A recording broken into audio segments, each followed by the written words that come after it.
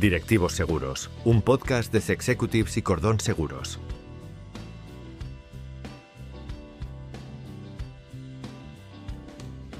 Si como directivo aún ves la ciberseguridad como un tema técnico, mejor sáltate este episodio. Porque hoy tenemos en el podcast a Xavi Angulo, especialista en ciberseguridad, que trabaja con líderes que ya han entendido que proteger su negocio comienza por tomar decisiones, no simplemente por instalar un software. Así que si quieres saber de forma sencilla y práctica cómo piensan los ciberdelincuentes, cómo actúan y qué puedes hacer a partir de ya para proteger tu negocio, quédate con nosotros. Y es que, Fernando, hoy has traído aquí a un colaborador de lujo, nada menos que Xavi Angulo. ¿De dónde has sacado a este crack? Hay información que no se puede dar, es confidencial. Pues estamos hackeados. Sí. O tengo contacto con la tía. O la tía, O la tía. Eso yo creo que según en qué edades escuchen este podcast, no lo pillan, No lo pillo. Mortadelo y Filemón. De ahí viene. Si alguien quiere informarse, que escarbe un poquito por ahí. Bueno, Xavi, encantado de tenerte. Fernanda, a ti no te presento, que ya eres más que conocido en el podcast. Y Xavi, un placer tenerte por aquí con nosotros. Oye, para que nuestros oyentes te contextualicen, cuéntanos muy brevemente quién eres, qué haces y por qué estás aquí. Estoy aquí porque soy gran amigo de Fernando, sinceramente. Ahora tuyo, por cierto. Y soy especialista en ciberseguridad, enfocado a dos ramas dentro de la ciberseguridad, que es el OSINT, que es investigación de fuentes abiertas y públicas, por un lado, el cual no utilizo para vender ni para todo lo contrario, lo utilizo para ayudar. Y luego sí que estoy especializado dentro de la ciberseguridad al pentesting web, ¿vale? A la auditoría web, para hablar en castellano, ¿no? Porque el tema de pentesting, la palabra en sí es fácil de recordar, pero es complicado saber exactamente qué es el pentesting, ¿vale? Que eso es lo que vamos a ver más adelante ahora en la entrevista, seguro. Muy bien, estupendo. Lo que nos comentabas también un poquito, el enfoque que quieres darles es contarnos, por decirlo así, de 0 a 100, cómo podemos ser atacados por un ciberdelincuente. ¿Para qué? Lógicamente, para que no nos ocurra, para que pongamos las medidas. Sí, yo soy de las típicas personas que hablan de las raíces del árbol, no de las ramas, ¿no? Para transportar agua no hace falta las manitas, hace falta un cuenco, hace falta una olla. Pues esto es igual. Hay gente porque desgraciadamente no saben cómo está compuesto un árbol y los ataques pueden mitigarse o se pueden solucionar todos esos agujeros de seguridad gracias al conocer cómo lo hacen ellos exactamente, ¿no? La rutina diaria, por ejemplo, ¿vale? La rutina diaria nuestra. Porque fíjate, en esto que comentas, Xavi, me viene a la cabeza, ¿no? Que muchas empresas todavía piensan que un ciberataque es para una gran empresa, ¿no? Para una empresa que tenga capacidad económica, dinero, datos interesantes, ¿no? Y sin embargo, los que conocemos un poquito del tema de ciberseguridad, muy poquito en mi caso, sabemos que no es así. No, el problema es que la gente no está mentalizada de que el ciberdelincuente, que hay una gran diferencia entre hacker y ciberdelincuente, no van a por el dinero. No van porque soy más guay y yo hago estas cosas porque me gustan, no. Bueno, eso puede ser también una parte, ¿no? Porque hay mucho niño por ahí suelto, ¿no?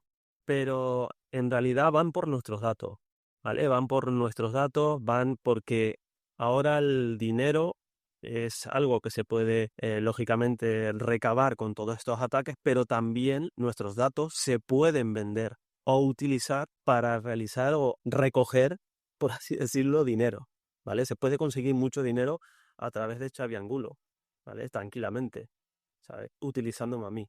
Yo recuerdo, Fernando, ese episodio que hablamos de phishing, si recuerdas, que precisamente salió ese punto, ¿no? De que igual yo soy una muy pequeñita empresa, pero soy proveedor de cierta gran empresa y puedo ser muy interesante para un atacante para, por medio de mí, acceder a esa. ¿Recuerdas, no, Fernando? Que comentábamos un poquito de eso. Mira, y me va a servir para poner en conocimiento un hecho que me comentaban hace un par de días desde una aseguradora, y es que el acceso se había producido a los clientes de una empresa de mantenimiento de software y de sistemas. Es decir, estaba hackeada la empresa de seguridad informática a través de las VPNs. Ellos comunicaban con sus clientes, se conectaban y estaban hackeando también a las otras empresas, robándoles datos e información.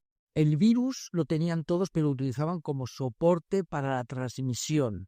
En la fauna se ve muy habitualmente, ¿no?, que te aprovechas de un animal para, en este caso, infectar al resto. Y se descubrió esa parte donde realmente creías que estabas más seguro, con tu empresa informática que estaba controlando, que te estaba ayudando, era que indirectamente estaba infectando a todos sus clientes. Curioso, curioso. Por eso, a los que nos estáis escuchando, ya veis que esto es para todos. O sea, aquí no nos libramos ninguno. Y ojo, que además luego yo creo que igual Fernando nos cuenta un poco, ¿no? Incluso puede haber unas responsabilidades también, ¿no?, por nuestra parte. Así que para conocer bien este proceso y poder protegernos, ¿qué te parece, Xavi, si nos cuentas ese paso a paso, te pones en la mente de ese ciberdelincuente, que no hacker, ¿vale?, que está el hacking ético, como me comentabas, sino una persona que lo que busca es hacer daño, ¿no? Yo de una conversación que tuvimos he sacado aquí como diferentes fases, ¿no? A la primera le he llamado la fase de reconocimiento. Es decir, esa fase en la que un ciberdelincuente lo que busca es información. ¿Cómo hace esto? ¿Cómo comienza ese ataque a nuestra empresa? ¿Cuál es la base? Pues primero, como lo explico, es una fase de reconocimiento que lo que hace es, digamos, filtrar, escanear, revisar, recopilar información para, digamos, como un espía, para identificar todos los medios que está utilizando esa empresa, desde su página web, correo electrónico, número de empleados, pues como el caso que estaba comentando antes Fernando, ¿no?, que de alguna manera buscan toda esa información para poder realizar un ataque, ¿no?, para después los siguientes pasos empezar ya a atacar, porque estamos muy acostumbrados de sentarnos a ver una película de acción, de espías, ¿no?, y el tío se sienta detrás del ordenador o la tía, ¿no?, y empieza el tío a teclear y de repente, ¡ya estoy dentro! Sí, puede dar el caso, ¿vale? Pero hay que hacer un reconocimiento antes. Luego ya hay otro tipo de salto sin pedir ningún tipo de fase de reconocimiento, aunque está dentro, que es, por ejemplo, sin ir más lejos, un bot que navega por internet y empieza a buscar páginas web con vulnerabilidades específicas.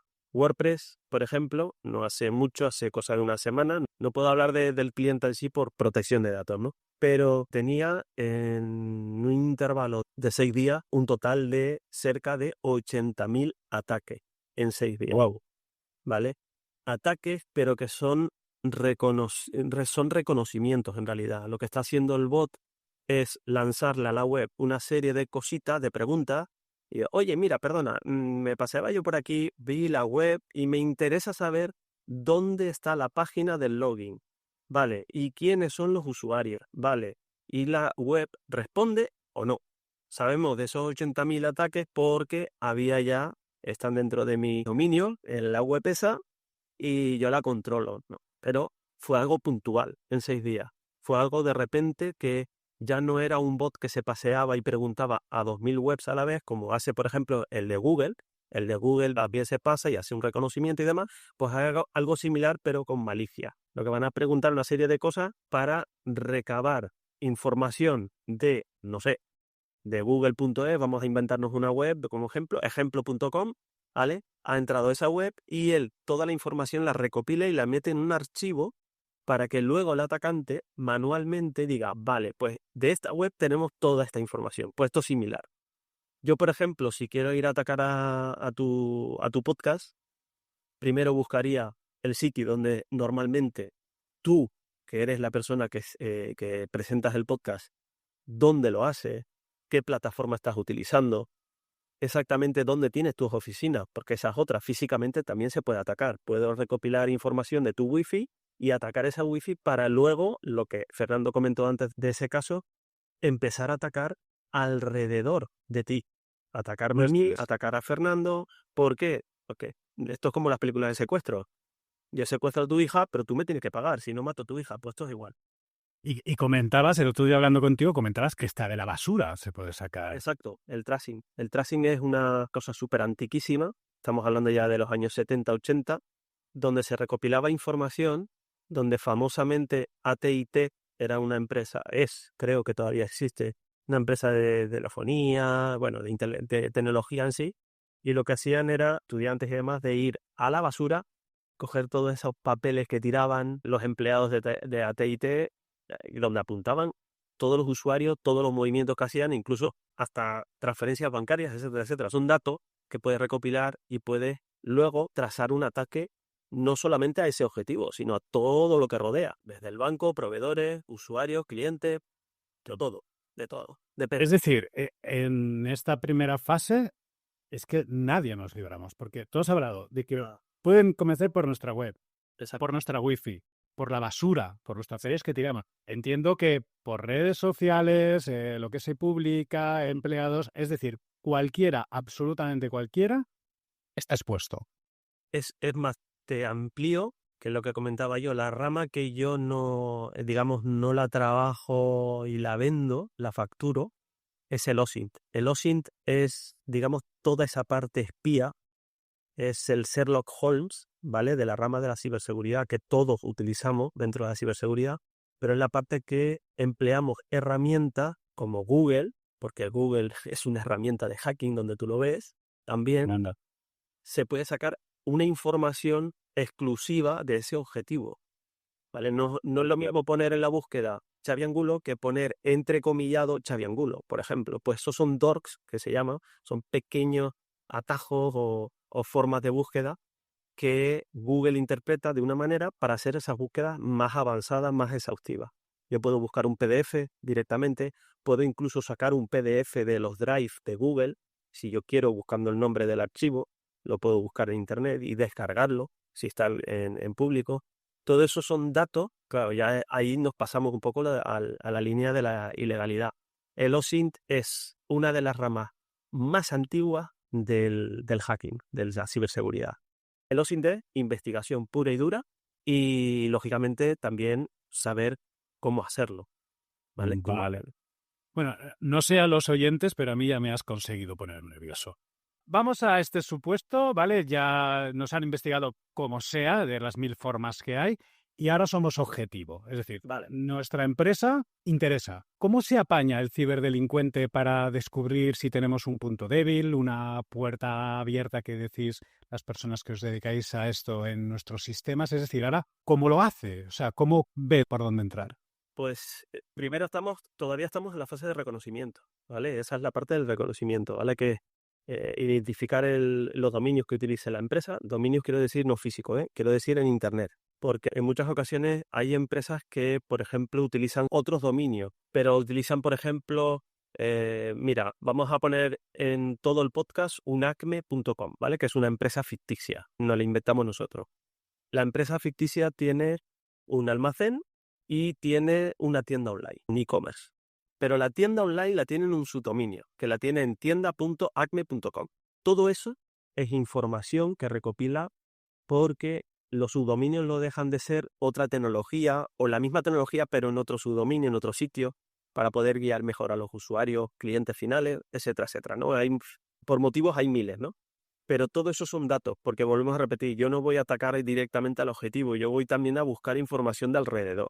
Entonces, se recolecta correos electrónicos, se recolecta los nombres de empleados, que ahora estamos muchísimo más expuestos con Facebook, con LinkedIn sobre todo, etcétera, etcétera. Proveedores muy importantes, porque lo mismo te estoy atacando a ti, pero también me podría interesar atacar a un proveedor para mi propio beneficio.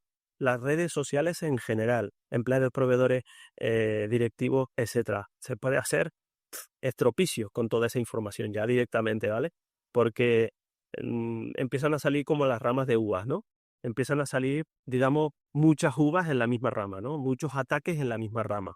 Ay, mira, a este proveedor me interesa atacarle. ¿Por qué? Porque puedo sacar una base de datos. Primero se hace también lo que es el fingerprint. El fingerprint es, digamos, el analizar todas las tecnologías usadas, ¿vale? Dentro. Identificarla. ¿Por qué? Porque necesitamos saber si esa tecnología que está utilizando, llamémoslo Windows, llamémoslo, yo que sé, Apache, WordPress, lo que quiera, pero toda esa información que consiste, o por ejemplo, en el caso de Fernando que nos comentó, el software, a lo mejor sí que tenía una vulnerabilidad y estaba publicada en Internet, que a lo mejor no lo sabía la empresa. Entonces, es complicado no encontrarse con una vulnerabilidad, ¿no? Entonces, se utiliza para analizar esas tecnologías y saber exactamente a qué estamos atacando, sea un router, a un ordenador, a un portátil, a una tablet, iPhone, no sé, cualquier cosa, ¿no? Y a raíz de allí ya empezamos a desplegar lo que es las vulnerabilidades que estén publicadas o que podamos encontrar. Porque podemos hacer una recopilación, por ejemplo, de Windows, pero a lo mejor estoy encontrando vulnerabilidades de Windows 95. Pues jodo, y me he ido al pasado siglo, ¿no? Ya, te hace mucho, ¿no? Que esto es lo que muchas veces los sistemas, ya sea el móvil o sea un Windows, nos pide una actualización, ¿no? Cuando precisamente parchea esa vulnerabilidad. Día. Exacto.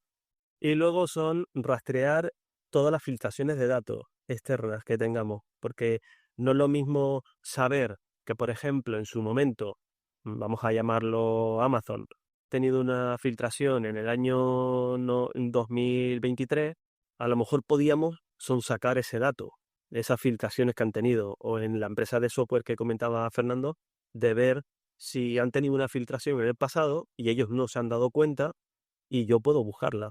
Todo eso es labor de entrar también en la Darknet, etcétera, etcétera, ¿no? Porque hay zonas de la Darknet que no todo es ilegal, pero sí que hay zonas, foros y demás que puedes buscar información para eso, ¿vale? Entonces, el objetivo en sí es saber tanto de la empresa como si trabajara allí, como si yo trabajara ahí.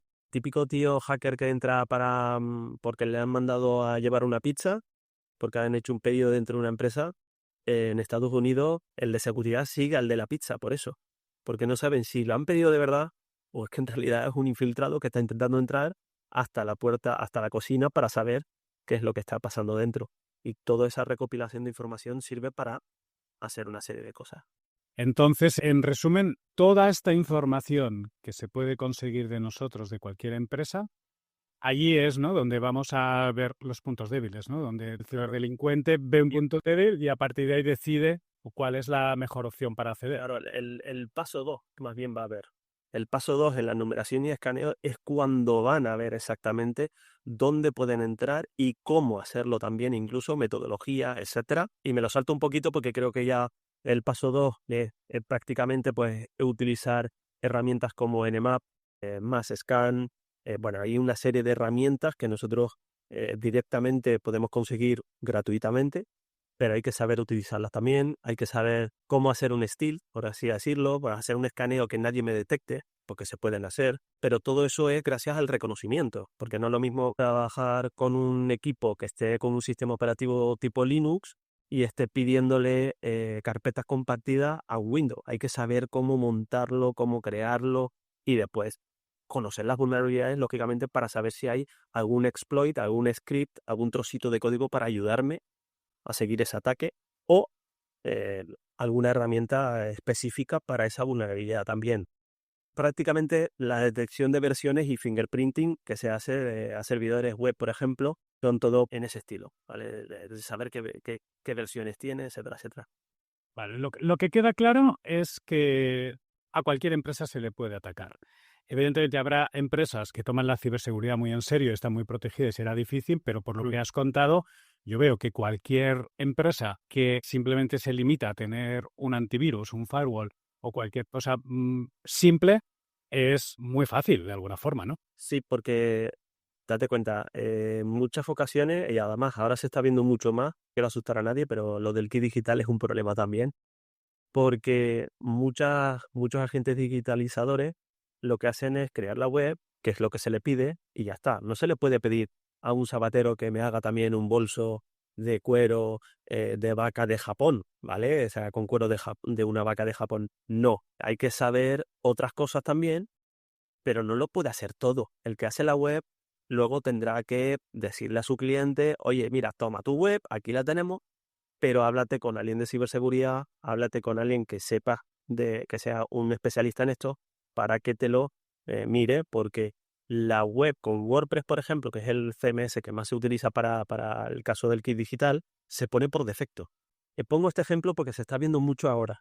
Ahora mismo hay una cantidad enorme de webs que lógicamente el agente digitalizador no puede.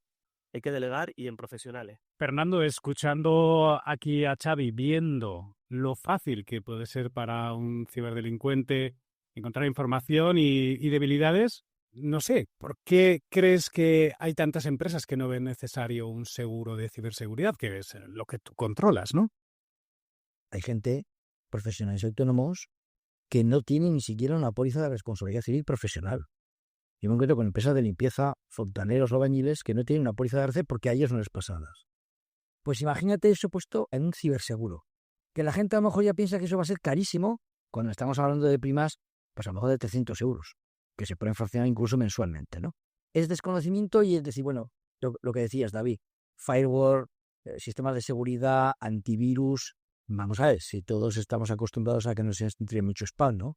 Y hay poco cuidado en ese aspecto, y la mayor debilidad en una empresa somos las personas, los directivos y los empleados, que es por donde ahí vamos a caer todos, ¿no?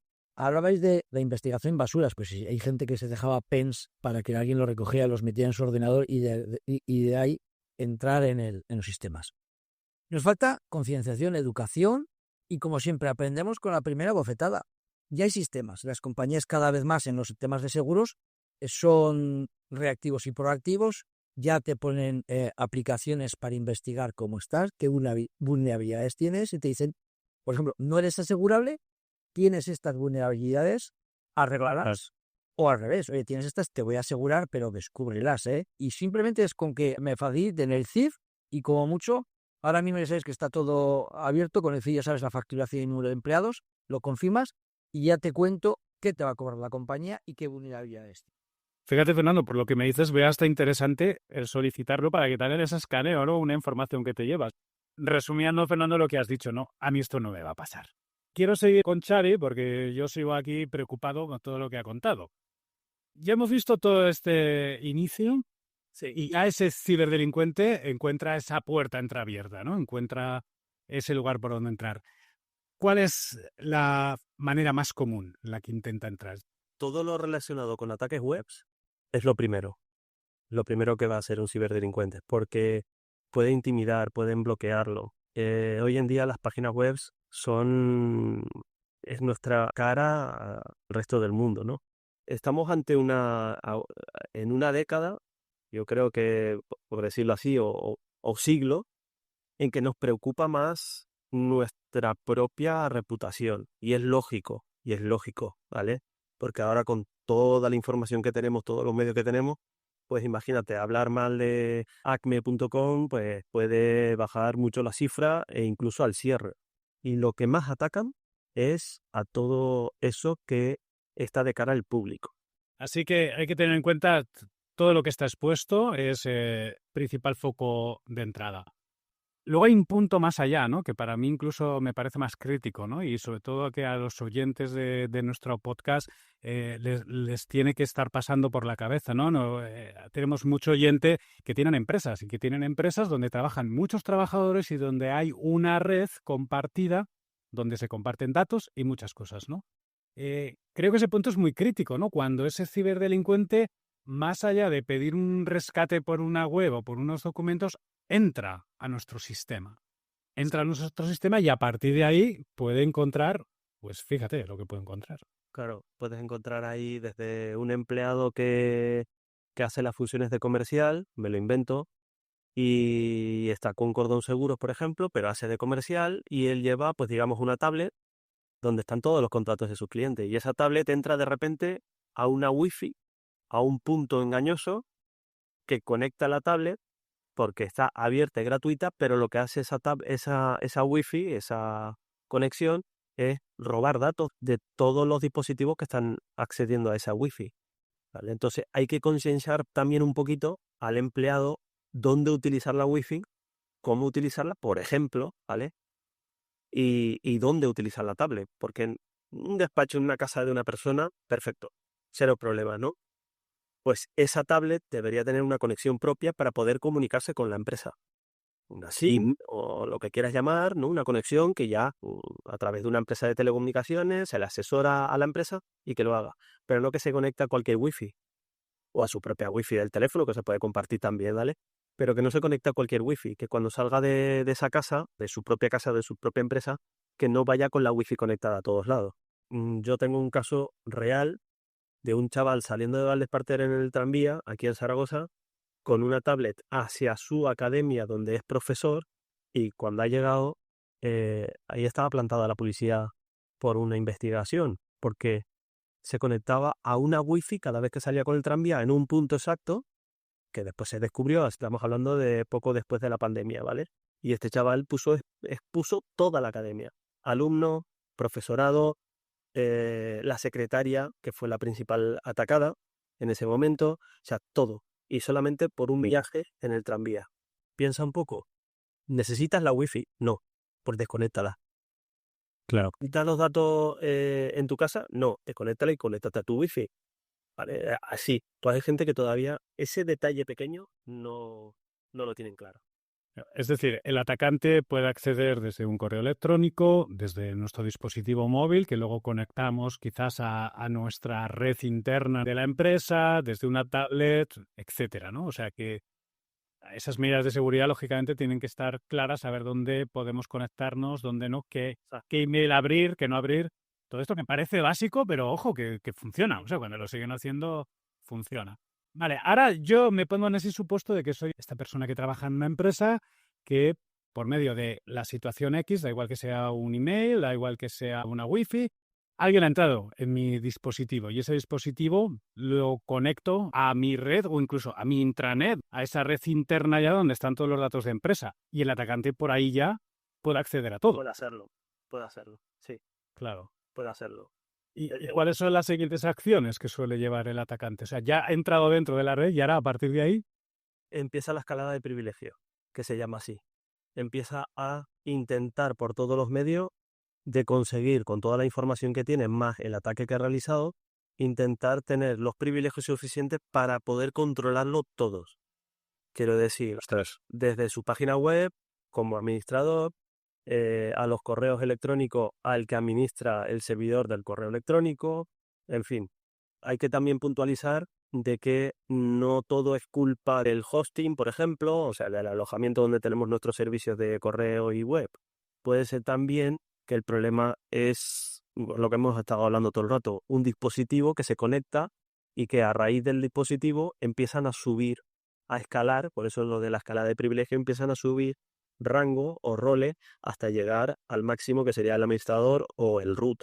Porque si yo ahora soy una multinacional, por ejemplo, ahí una vez que estás dentro de esa intranet, tú tienes pues tu departamento de compras, tu departamento financiero, tu I+D y una cantidad de información tremenda. Esto te refieres, ¿no? Que en esa escala de privilegios, si llegas a ser ese root, podía estar accediendo, claro, de alguna forma, a toda esa información. A todo. Wow. Te haces dueño y señor de todo. O sea, ya es como un territorio.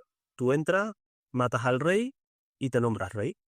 Y tú te has hecho cargo de todo ese territorio que es la empresa. Te haces cargo de la empresa. Pero nadie sabe que estás ahí, de momento. Claro. Quieren ver hasta dónde pueden y qué pueden hacer. ¿Vale? Que eso ya sería, movimientos laterales y persistencia, que eso ya sería algo más complejo, ¿no? De explicar. Pero meterse en una red interna, por ejemplo, a través de, no sé, de la wifi al router, por ejemplo, y saber cómo funciona la red o qué dispositivos están conectados a esa red interna, pues te puedes imaginar el estropicio que puedes hacer ahí. Desde cosas personales de los empleados y que están dentro de la empresa hasta lo que estábamos hablando antes, proveedores, etcétera, etcétera. Ahí sí que ya entraría en un caótico total, ¿vale? Que no mola verlo. A mí personalmente no me gusta porque ya está es una parte íntima. Le estamos viendo las partes bajeras de la empresa, ¿vale? Por así decirlo. Y fíjate, y te voy más allá, ¿no? En empresas industriales, ahora con todo el tema del IoT y demás, ¿no? Que puedas acceder a las máquinas. O sea, que puedes acceder a todas las máquinas que están conectadas. También. Es decir, aquí cuando empezamos a ponernos a verlo todo, estamos hablando de algo realmente que puede ser un desastre monumental en una empresa. Hace poco se descubrió que un antivirus, para poder conectar con los usuarios, mandaba una especie de ping y utilizaron ese tipo de ping para, no voy a nombrar tampoco el antivirus porque ya está obsoleto, por cierto, nadie lo usa por ese motivo. Ese ping lo utilizaron, esa estrategia, lo utilizaron para atacar una empresa en Estados Unidos, no sé si fue Seattle o un sitio de estos donde hacen coche, en Detroit, me parece que fue, que encima la están pasando canutas ahí. Atacaron una red utilizando ese sistema, utilizaron el sistema para poder atacar a una red de robótica que había allí, de preparación de vehículos y demás, una parte de los vehículos que preparaba. O sea, tú imagínate que entra aquí en Aragón. Sí, sí. O sea, es una locura. Puede ser algo realmente, o sea, cuando se hablan a veces, ¿no? Claro. Que parecen titulares alarmantes, ¿no? Pero cuando se hablan de millones de pérdidas por un ataque cibernético, es que, claro, cuando lo ves todo en contexto, datos, de forma interna, cuando te metes ya en el tema industrial, ¿no? Ya por no hablar de si encima entiendo, aquí igual Fernando nos puede decir más, que sales como, no sé si se puede salir como culpable, ¿no? De que tú eres el responsable de que ha pasado y tienes alguna demanda, wow, la cosa puede ser tremenda. Una pregunta, Fernando, sí que me gustaría hacerte aquí, ¿no? En cuanto al seguro de ciberseguridad. Si ahora yo soy una empresa, veo que me están atacando, acabo de ver que hay un ataque, ¿el seguro también sirve para algo en ese momento o es algo simplemente a posteriori que nos va a ayudar a reclamar ciertas cosas? ¿Para qué sirve un seguro en un momento crítico de un ataque a nuestra empresa? Bueno, debes comunicarlo inmediatamente porque sí que el seguro va a intervenir de la mano, si es que hay, con el CISO de la empresa, o individualmente, porque no tiene CISO, es una empresa pequeña, y va a intervenir con los equipos profesionales externos a la propia aseguradora para intentar bloquear ese ataque, minimizarlo y que no se pueda llevar más a cabo, ¿vale? En la medida de lo posible. Claro, evidentemente habrá ataques que duren más o duren menos, que sí que tenemos que tener copia de seguridad, como decimos siempre, pero vamos a tener ataques en los que vamos a perder mucha información. Y en los que todavía es peor, no sabemos lo que hemos perdido. Inmediatamente la aseguradora va a intentar minimizar esos costes, porque va a tocar pagar los daños que se han producido, incluso al propio hardware, los daños o a terceros que nos puedan reclamar por la pérdida de esos datos y los daños reputacionales, entre otras muchas coberturas. Ahí hay una variable importante de compañías y de coberturas en las que, en función de las necesidades nuestras, debemos elegir. Pero sí, están para ello, porque les interesa, porque lo que tienen que intentar es minimizar cuanto más los daños que se ocasionen. Por lo tanto, en este aspecto, el seguro también se convierte, no sé, por decirlo de alguna forma, como en un servicio técnico, ¿no? En ese momento, ¿no? De que tengo un problema y entro rápidamente a ayudarte, ¿no? O sea, más allá de simplemente de luego poder reclamar o no, ¿no? O sea, Ojo que no pensemos que van a ir los servicios técnicos que tienen las aseguradoras, no, las aseguradoras subcontratan con grandes empresas internacionales exclusivamente dedicadas a eso para resolverlo. por lo que comentas, Fernando, el seguro realmente lo que veo es que cobra un gran valor, ya no solo como un seguro habitual, ¿no? De que he tenido pues una fuga de agua y luego me lo reparan, sino que ese aspecto de que en el momento de la crisis tengas un soporte, para mí creo que ya hace que sea más que interesante el contar con él. Aprovecho, David, y animo a aquellas personas que quieran que les hagamos totalmente gratuito un estudio de vulnerabilidades, que nos escriban un correo y se lo mandaremos totalmente gratuito y evidentemente confidencial.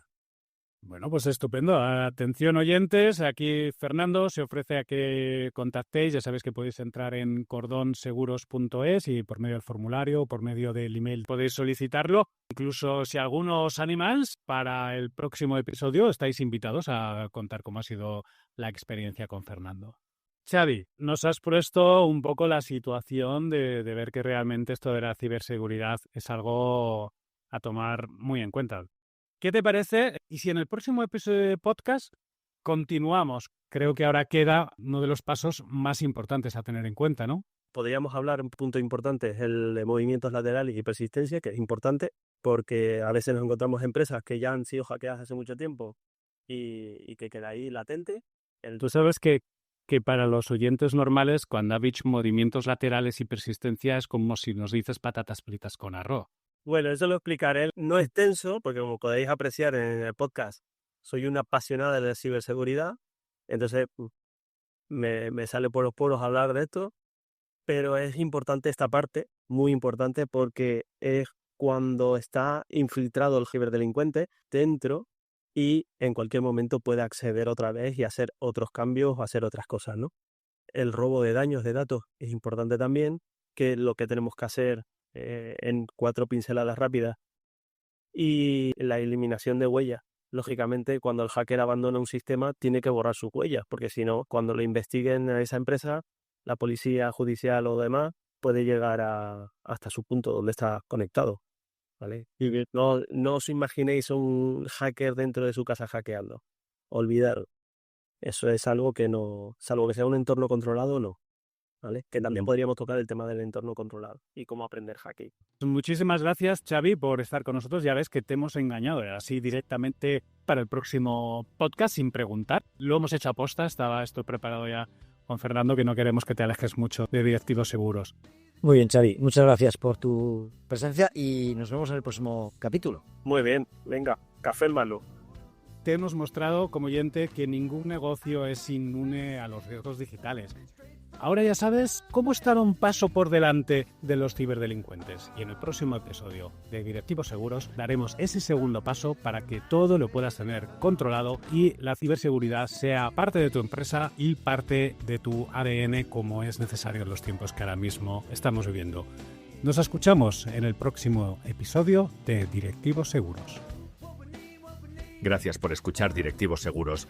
Puedes escuchar todos los episodios en cexecutives.net, en cordonseguros.es y en las principales plataformas de podcasting.